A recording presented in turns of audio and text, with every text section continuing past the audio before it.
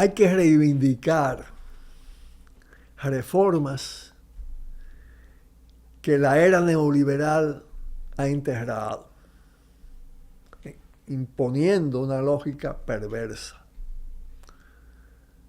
La reforma urbana y la reforma agraria han sido totalmente abandonadas y olvidadas por las fuerzas dominantes, por los dueños del sistema político y por los forjadores de opinión y la dictadura mediática imperante.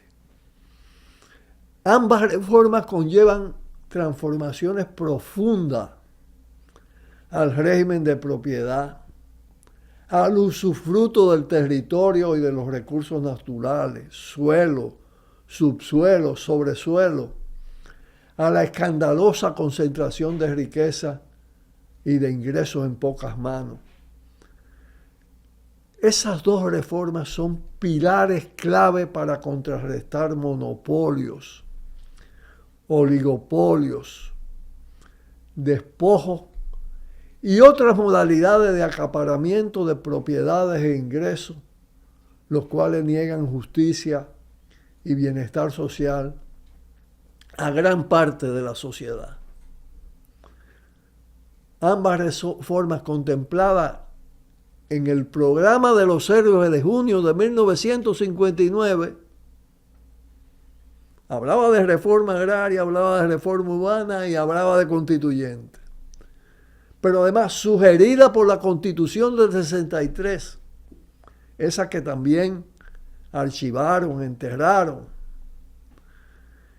Esas dos reformas implican acciones para modificar un régimen de tenencia de tierra bárbaro e injusto y superar déficit de vivienda, especulación y altos precios de los alquileres, revirtiendo progresivamente las privatizaciones de la era neoliberal y las ejecutadas mediante abuso de poder, contrarrestando a la vez el caos urbanístico y el caos del transporte. Aquí el caos del transporte es una cosa terrible. Además, somos los campeones del mundo en accidentes de tránsito. La principal causa de muerte, y eso se debe al desastre urbano, y especialmente en el transporte. Gran parte de la gran propiedad privada de las tierras con vocación agropecuaria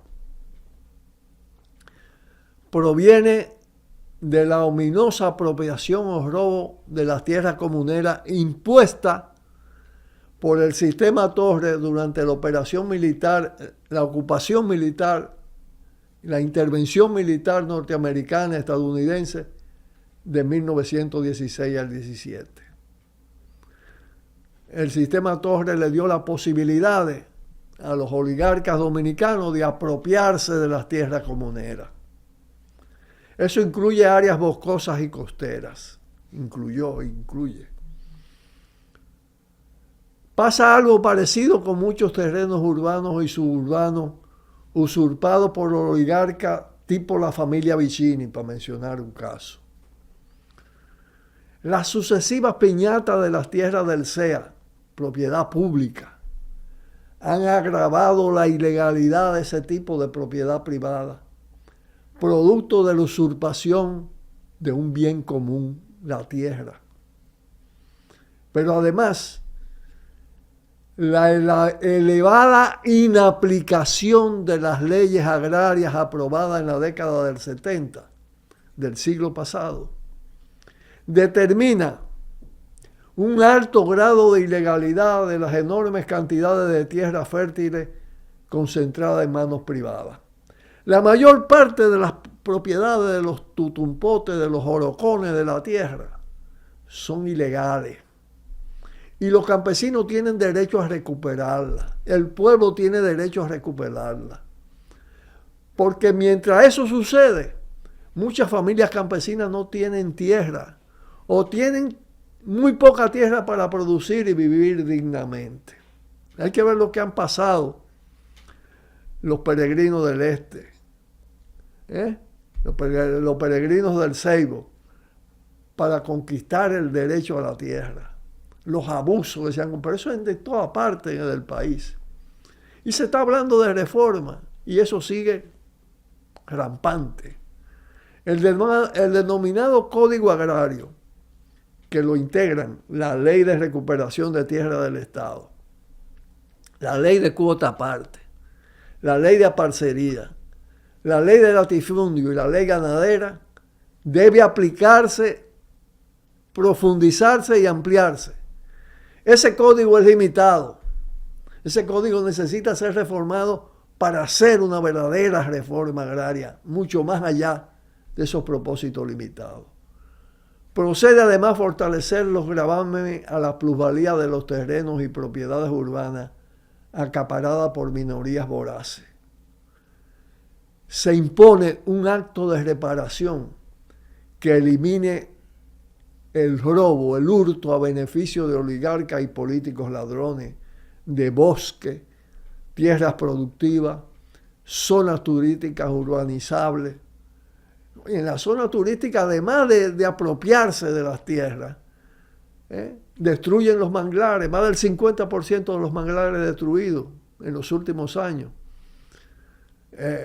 Hay que aplicar consistentes reformas estructurales para superar esa injusta realidad de la que brotan muchas penurias económicas y sociales. Hay que decir además que hay otros capítulos que debemos desarrollar más adelante. La reforma al sistema eléctrico. Un sistema eléctrico que se dijo, basado en la propiedad estatista, muy deficiente, muy burocrática, muy ineficiente, que había que subsidiarlo, pues lo privatizaron y hay que subsidiar mucho más. Hay que desprivatizar. Está la ley minera, una ley colonial. Ahí se impone colonialista. Hablamos de la reforma de la alimentación, hablamos del Código Penal. En cuanto al Código Penal, hay un aporte inmenso, fundamental del movimiento feminista, del foro feminista y de un conjunto de juristas que permiten exigir reformar lo contrarreformado. Es decir, a una contrarreforma entronizada y a la amenaza de nuevas contrarreformas hay que ponerles reformas verdaderas. El tiro al blanco está al servicio de ese propósito. El movimiento camañista ha hecho un esfuerzo de elaboración para dar ideas que permitan que la fuerza política de avanzada, los movimientos sociales en lucha, asuman definitivamente ese aspecto de la política fundamental para cambiar las estructuras del país y superar el sistema de injusticia y desigualdades. Con esto nos despedimos con un fuerte abrazo. Y nos despedimos diciéndole que, bueno, en vista de la operación de catarata, pasaremos alrededor de 2 semanas con un reposo recomendado por los médicos. Pero Tiro al Blanco sigue, va a continuar. Tenemos una programación interesante para esos días. Un fuerte abrazo y hasta pronto. Buenas tardes. Por el multimedio Tiro al Blanco, bajo la coordinación y participación de Narciso Isa Conde.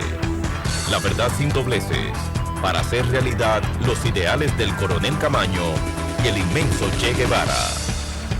Cuidado, Tiro al Blanco.